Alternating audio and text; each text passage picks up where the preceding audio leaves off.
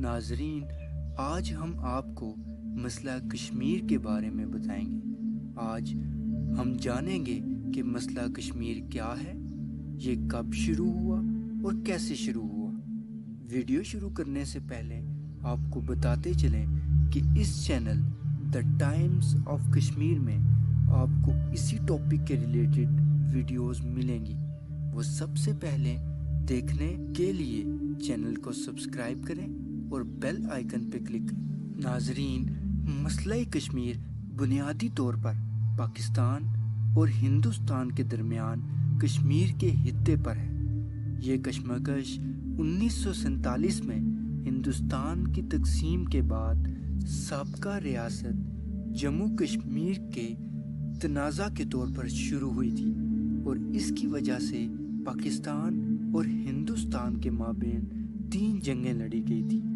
اس کے ساتھ چین بھی تیسری پارٹی کے کردار میں تنازع میں شامل ہوا اور اس کی جنگ بھارت کے ساتھ ہوئی۔ پاکستان اور ہندوستان دونوں ممالک نے سابقہ سلطنت ریاست جموں کشمیر کی مکمل حیثیت کا دعویٰ کیا۔ حالانکہ پاکستان نے 1963 کے بعد ٹرانس کراکرم خطہ اور اکسائی چین پر چینی خود مختاری کو تسلیم کیا تھا۔ ہندوستان اس خطے کے 46%، پاکستان 38% اور چین 16% پر قابض ہے۔ بھارت کے زیر انتظام جموں اور لداخ، پاکستان کے زیر انتظام آزاد کشمیر اور گلگت بلتستان، چین کے زیر انتظام اکسائی چین اور ٹرانس کراکرم کے خطے شامل ہیں۔ تقسیم ہند اور ریاست کے مغربی اضلاع میں بغاوت کے بعد پاکستانی قبائل نے کشمیر پر حملہ کیا، جس کی وجہ سے جموں کشمیر کے ہندو حکمران ہندوستان کے ساتھ شامل ہو گئے اور 1947 پاک بھارت جنگ کا آغاز ہوا، جسے اقوام متحدہ نے مذاکرات کے ذریعے ختم کر دیا۔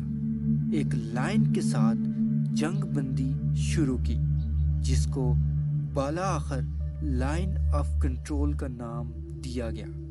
لیکن یہ سلسلہ یہاں ختم نہیں ہوا۔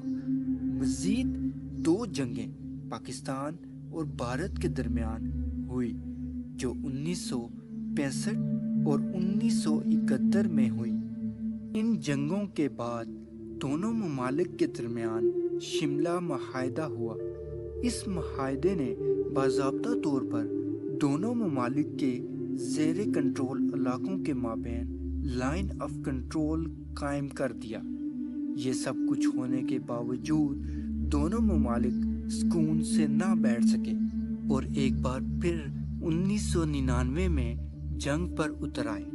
اس سے پہلے 1999 سے ہی کشمیریوں کی طرف سے ہندوستان کے زیر کنٹرول کشمیر میں تنازعات شروع ہو گئے تھے۔ اس وقت کشمیریوں کی احتجاجی تحریکیں شروع ہو گئی۔ کچھ کشمیری چاہتے تھے کہ کشمیر خود مختار بن جائے اور کچھ پاکستان کے ساتھ الحاق کرنا چاہتے تھے، لیکن بھارت ایک فیصلے سے بھی رضامند نہیں تھا۔ 2010 میں کشمیر کی بد امنی میں مزید اضافہ ہونا شروع ہو گیا۔ کشمیر بد امنی کا آغاز مقامی نوجوانوں اور سیکیورٹی فورسز کے مابین ہوا۔ نوجوانوں نے سیکیورٹی فورسز پر پتھراؤ کیا، سرکاری دفاتر کو نذر آتش کیا اور مسلسل شدت اختیار کرتے ہوئے ریلوے اسٹیشنز، سرکاری دفاتر اور سرکاری گاڑیوں پر حملہ کیا۔ ہندوستانی حکومت نے علیحدگی پسندوں اور لشکر طیبہ، جو ایک پاکستان میں قائم عسکریت پسند گروپ تھا، کو مظاہروں کا ذمہ دار ٹھہرایا۔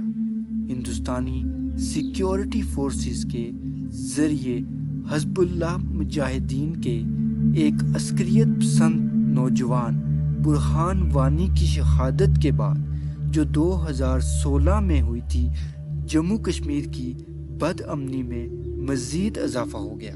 اسکالرز کے مطابق بھارتی فورسز نے کشمیری آبادی کے خلاف انسانی حقوق کی پامالی کی ہے اور دہشت گردی کی متعدد وارداتیں کی، جن میں غیر قانونی قتل، عصمت دری، تشدد اور لاپتہ ہونے کا انکشاف شامل ہے۔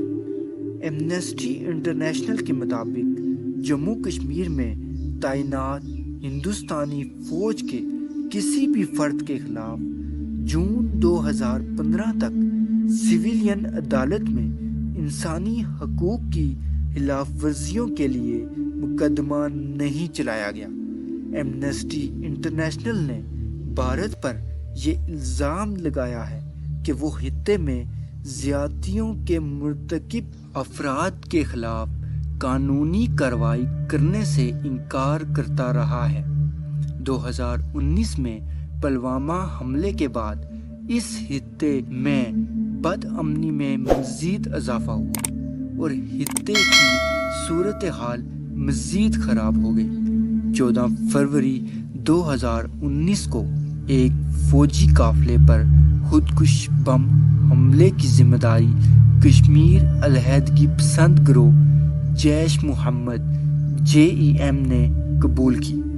26 فروری 2019 کی جوابی کارروائی میں 12 ہندوستانی میرچ 2000 لڑاکا طیاروں نے کشمیر کے زیر انتظام علاقے میں بم گرائے، جس میں مبینہ طور پر JEM کے تقریباً 350 ارکان شہید ہوئے۔ بھارت کی حکومت یہی سمجھتی ہے کہ یہ پاکستان کی ملی بھگت ہے، اسی وجہ سے بھارت کے فضائی خلائی حدود کی بے حرمتی کی کوشش کرتا رہتا ہے۔ اگست 2019 میں ہندوستان کے وزیر داخلہ امیت شاہ نے پارلیمنٹ کو بتایا کہ مسلم اکثریتی ہمالیہ کے خطے کو خود مختاری کی اجازت دینے والے آئین آرٹیکل 370 کو منسوخ کرنے کے لیے صدر نے دستخط کر دیے، جس کے بعد اس خطے کے حالات مزید خراب ہوتے گئے اور بھارتی حکومت نے کرفیو نافذ کر دیا، جس کے بعد اس خطے کے حالات مزید خراب ہو گئے اور بھارتی حکومت نے کرفیو نافذ کر دیا، جس کے بعد اس خطے کی موبائل، انٹرنیٹ سروسز، کاروبار اور مواصلاتی نظام پر پابندی لگا دی گئی۔ ناظرین، اس کے ساتھ ہی میں آپ سے اجازت چاہتا ہوں۔ امید ہے آپ کو ویڈیو